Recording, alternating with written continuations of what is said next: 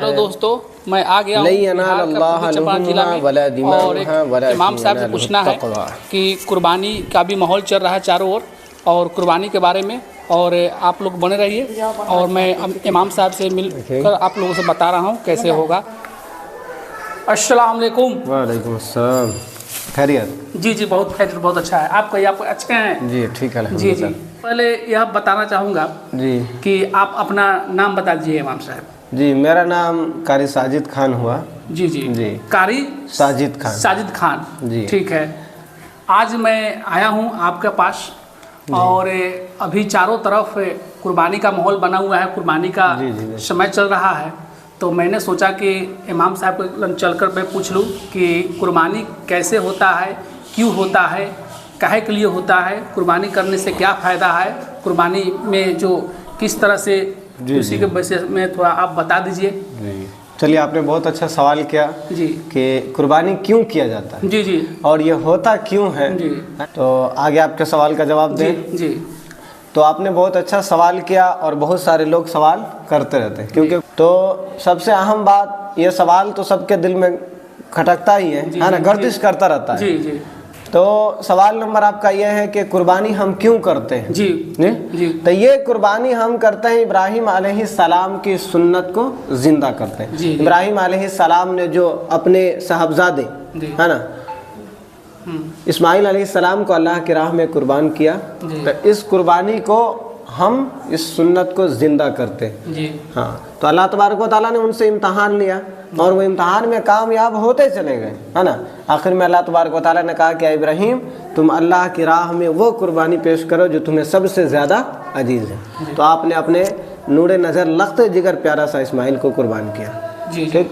और दूसरा ये है कि उसका सवाब, जी, सवाब कैसे होता है जो, तो सवाब के बारे में अल्लाह के नबी सल्लल्लाहु अलैहि वसल्लम ने इरशाद फरमाया कि कुर्बानी के हर बाल के एक सहाबे आए और कहा, या रसूल अल्लाह, हम जो कुर्बानियाँ करते हैं तो इससे हमें क्या फ़ायदा मिलेगा। अल्लाह के रसूल ने फरमाया कि तुम्हें एक बाल के सदके अल्लाह तुम्हें एक नेकी अता करेगा। अच्छा। सहाबा ने कहा, या रसूल अल्लाह, अगर मैं भेड़, अगर ऊन वाला, अगर मैं अल्लाह की राह में अगर दुम्बा कुर्बान करूँ या भेड़ कुर्बान करूँ तो क्या उसके भी हमें सवाब मिलेगा। अल्लाह के रसूल ने फरमाया कि उसके एक एक बाल के बदले तुम्हें अल्लाह एक नेकी अता करेगा। आप अब जरा सोचें कि एक जानवर के जिस्म पर, एक बकरा के जिस्म पर कितनी बाल है? बहुत बाल रहता है, बहुत जी, उतना एक एक बाल के सदके अल्लाह एक नेकी अता करेगा, है ना। अल्लाह के रसूल ने फरमाया कि वो कयामत के दिन अपने सींगों और बालों, अपने खुरों समेत आएगा, है ना। जो कुर्बानी करते हैं, अल्लाह ने फरमाया कि लन यनालल्लाह लुहुमुहा वला दिमाउहा वलाकिन यनालुत तक़वा,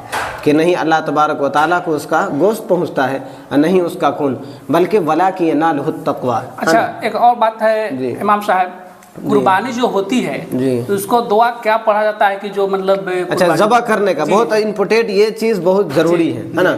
हमारे माशरे में भी कुछ लोग गलती करते हैं, तो बहुत अच्छा आपने सवाल किया और याद भी दिला दिया। जी जी, हाँ, तो आपके माध्यम से, आपके चैनल के माध्यम से हम ये बताना चाहते हैं कि जो लोग कुर्बानी करते हैं उसमें बहुत सारे लोग गलती करते हैं। गलती ये करते हैं कि नंबर 1 में तो ये जो जानवर को हम ज़बह करते हैं, है ना, उसको बेप्यासे मारते हैं, है ना, पानी वगैरह पहले पिला दें। और ये जो जानवर है ना, इसका मकाम अल्लाह ने बुलंद किया है, ये मकाम अल्लाह ने इसका, अब अल्लाह ने मकाम को बुलंद किया तभी तो एक एक बाल के सदके एक हमें नेकी अता कर रहा है। तो हमें चाहिए कि पहले चाकू को खूब हम तेज़ी कर लें नाजरीन, और उसके बाद तब हम जानवर को किबले रुख की कि जिसके नाम से, और सबसे पहले लोग गलती करते हैं, जो ज़बह करने जाता है वो किसी के नाम से भी ज़बह कर देता है। नहीं, तो हम जो साहब निसाब है उसके नाम से हमें कुर्बानी करनी है।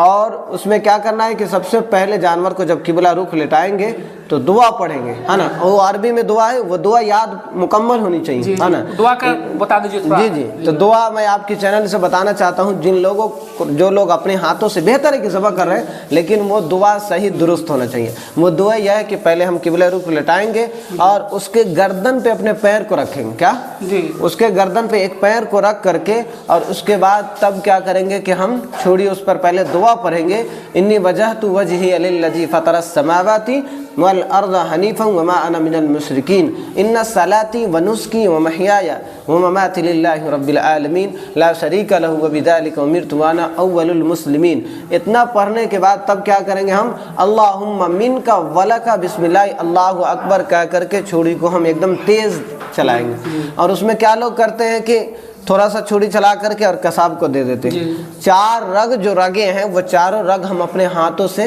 पहले काटेंगे और काटने के बाद तब जिसके नाम से हम कुर्बानी कर रहे थे उसमें दुआ पढ़ेंगे, समझे। अब जैसे आपका नाम क्या है? शमीम आज़ाद। शमीम आज़ाद, तो उसमें हम दुआ पढ़ेंगे कि अल्लाहुम्मा तक़ब्बल मिन शमीम आज़ाद, उनके वालिद का बिनते नाम लेकर के, कमा तक़ब्बल तमिन हबीबिका मुहम्मदिन व खलीलिका इब्राहीम अलैहिस्सलाम। ये है सुन्नत तरीका। अच्छा, यह जो दुआ आप पढ़े हैं जी, तो यह दुआ अरबी में है कि उर्दू में है? ये दुआ अरबी में है। अच्छा, अरबी में। इसका हिंदी क्या होता है? हिंदी थोड़ा जी, तो इसका हिंदी भी इंशाअल्लाह हम अगली वीडियो में नाज़रीन को बता देंगे कि इसका तर्जुमा, इसका मीनिंग क्या है। जी, है ना।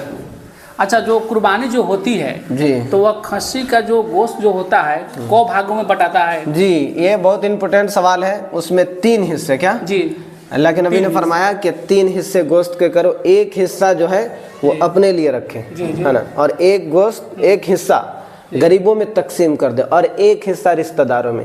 तो लोग क्या करते हैं गलती कि जहाँ कुर्बानी हमारे रिश्तेदारों में हुई है वहीं भेजते हैं ताकि वो हमें भेजें। ये तरीका सही नहीं है। वहाँ जब कुर्बानियाँ हुई है तो हमारे लिए बेहतर यह है कि जो मोमिन भाई हमारा है वहाँ तक हम पहुँचाए जिनके घर कुर्बानियाँ, जो साहबे निसाब नहीं है, समझ रहे।